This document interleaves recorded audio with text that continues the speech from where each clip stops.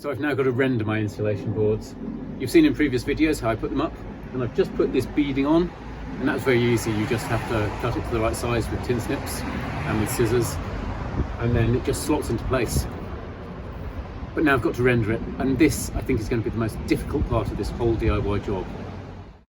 Okay, so we've got 2.83 litres of water in here, 12 kilograms of the render, and now I'm going to use my new paddle mix, which I've just bought, to whisk it all up.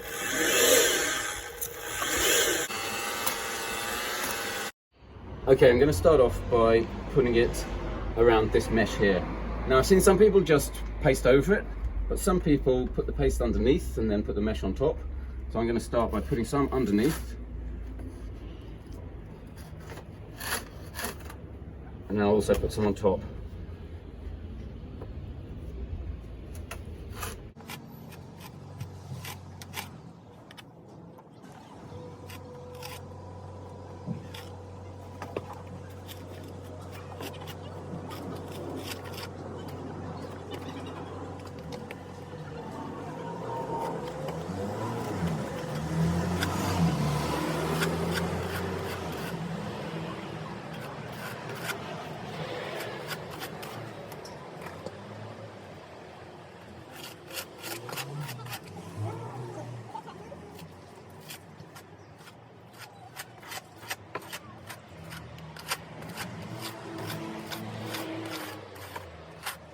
Well, that seems to be going quite well, I think.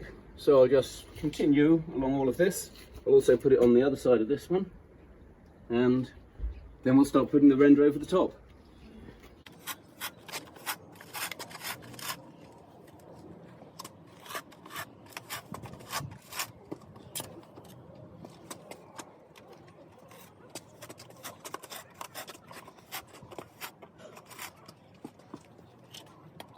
Okay, I've learnt from last time. I'm taking this corner bit off now and putting the adhesive on first, and then I'll put the corner bead in place.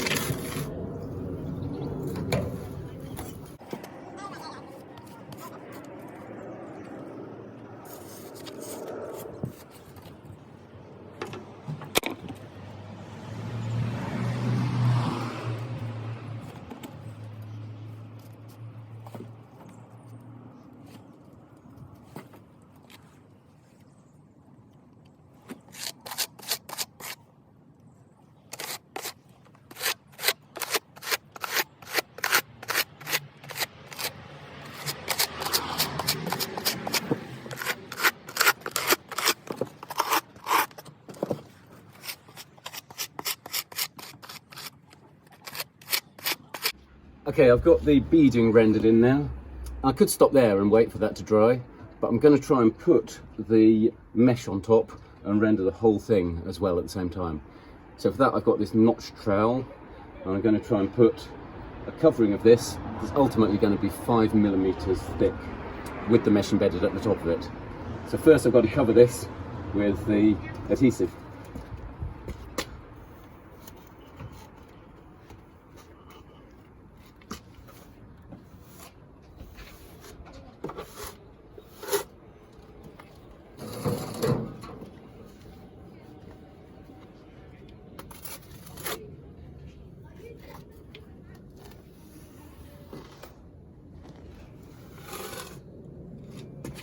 That's not too difficult, actually.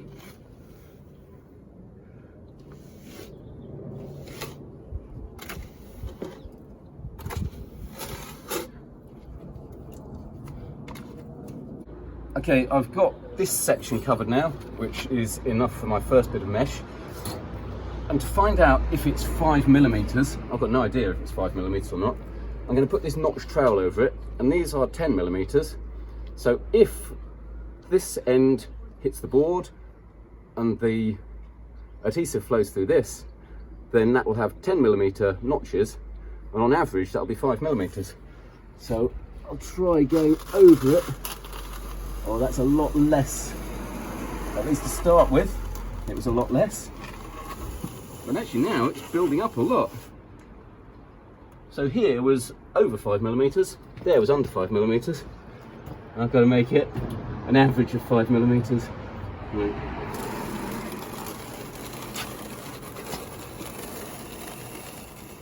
Yeah, that's looking good. That's looking really good. Let's try this.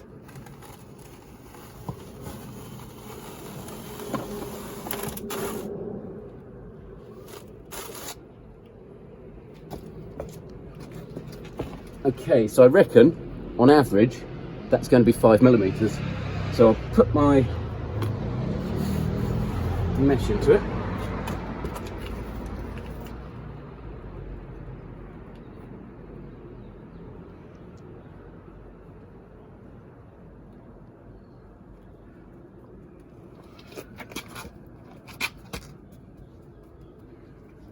And now I think you just go over that mesh.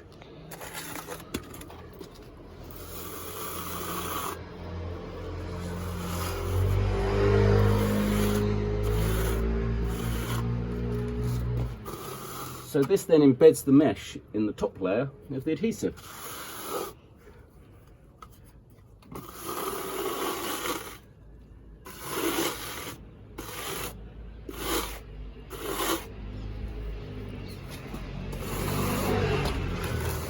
And actually, now I think about it, because I had this at an angle, it would have been a bit less than 10 millimeters.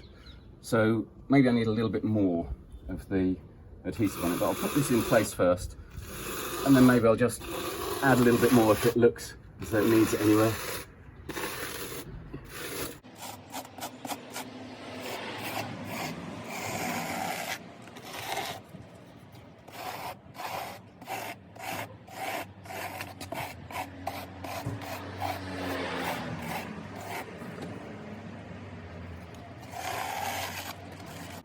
Okay, so this is going all right. I've added a bit more adhesive here to cover it, just so you don't get the sort of square mottled effect that you get here.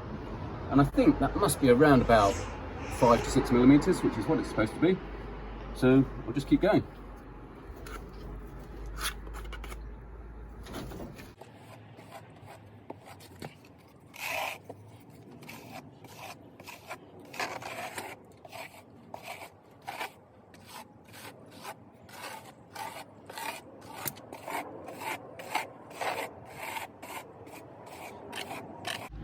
Okay, so I've gone over this next bit now. I'm just going to go over this with the notches.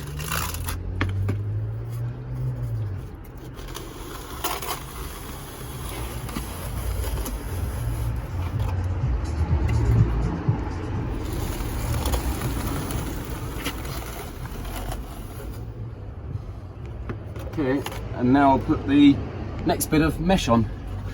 Okay, so I have to put this in overlapping 10 centimeters, which is up to this line here, with this one.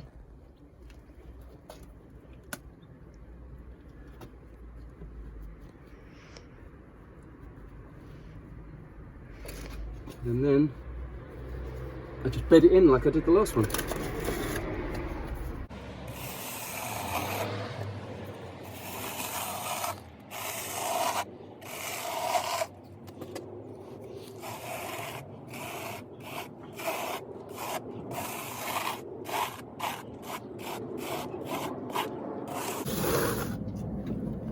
Okay, I think I'll keep going with the other bits of mesh and then I'll try and finish it off after that. Okay, that's been about 45 minutes and I've pretty much covered this now and I've almost used all of this. What I'm doing now is just finishing the bottom bits and the side bits, just making sure that I've got enough of this adhesive on them. And actually it hasn't been too difficult. To me it seems alright as a DIY job. Okay, so I'm just finishing off these side bits and the bottom bits, and then I'm going to go over it and make it as flat as possible, and then I'm going to use my very expensive speed skim to try to get it really flat at the end.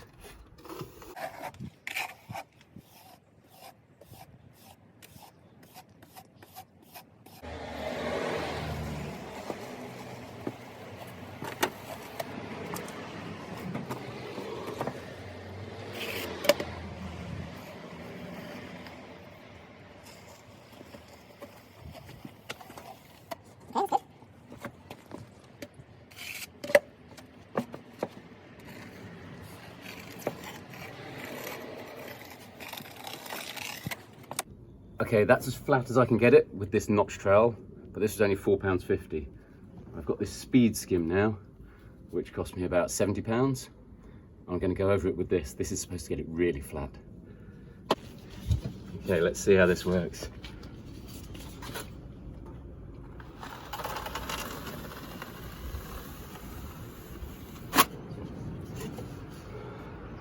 Oh, that's beautiful. I mean, there's a few divots here, but that's the first time I use it. It looks nice. Right.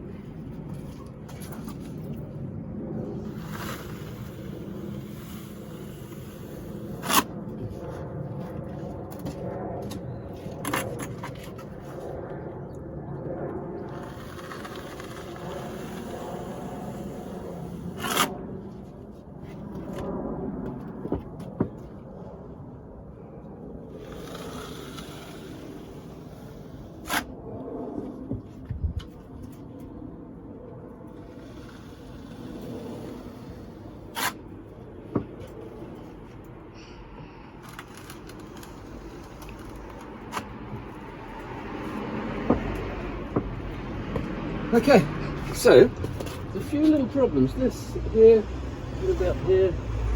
All in all, that's looking really nice. I'm going to keep going at this. Okay, so this speed skim works really well, but I've learned that you need to really build up these corner bits, because otherwise there's depressions there and then the speed skim can't touch them. So I've just been building up the corners here, and I'm going to go over it again.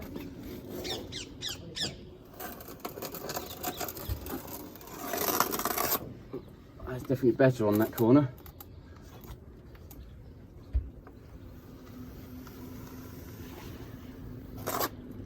Lovely there. Keep going.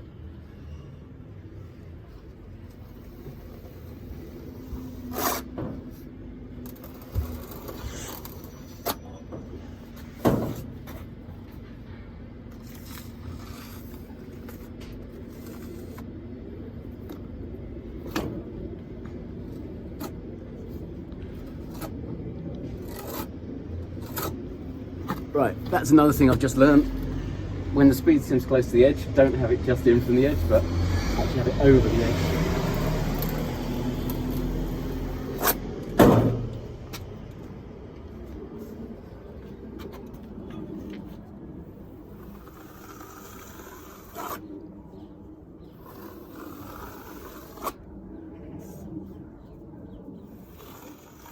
Okay, well that took the full 2 hours in the end, and that was not easy. I probably spent an hour just trying to get it smooth. I think I've done an okay job on it now. What I'll do is I'll go and clean everything up. I'll tidy up some of these edges as well, just with a damp cloth, and have a think about it, and then come back with some lessons learned. Okay, I've cleaned everything up now and had a time to think about it. That was a massive relief. I'm so pleased that I've been able to do this, and it's reasonably smooth. The most important learning that I have from this is that it is possible. It's not that easy, but it's definitely possible. And I'm quite happy with the result here. Another thing I learned is that speed skim was really useful. Having a 90cm one was actually a bit big for this, but it worked well, and I got a lot better at using it, at angling it the right way, and putting pressure on different parts of it to iron out the little bumps. Then another learning was starting on a small area was really useful as well.